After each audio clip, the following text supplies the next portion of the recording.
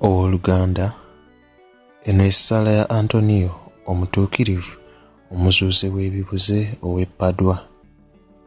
Ayi Antonio Omutukirivu ow'ebyewuunyo, okwagala Katonda okutalugika kwe walina n'okwagala ebitonde n'abatonde b'Omukama byakusobozesa okukola ebyewuunyo ng'okyali ku nsi.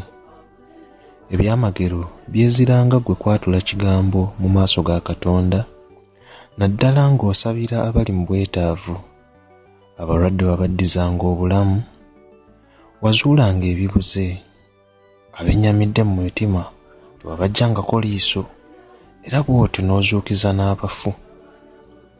Nange nno nga nkwesengereza era nga neesiga nga bw'oli omwolereza omuganzi mu maaso ga Katonda. Nkusaba onzuulire kye nkusaba. Owooluganda ali mu kugoberera wano, saba Antonio Omutukirivu kyoyagala, ekyetaago kyo oba ekyo ekyakubulwako kyo kimwatulire.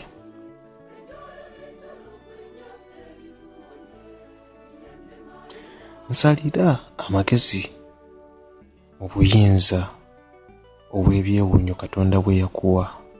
Onzuulire kye nkusaba, ate nange nkusuubizanga okukwebazanga ennaku zonna ez'obulamu bwange. Amiina. Saala eno nnyimpi owooluganda osobola ogifuulanga Novena n'ogitwala ennaku 9. Antonio ajja kukolera ekyamagero. Amiina.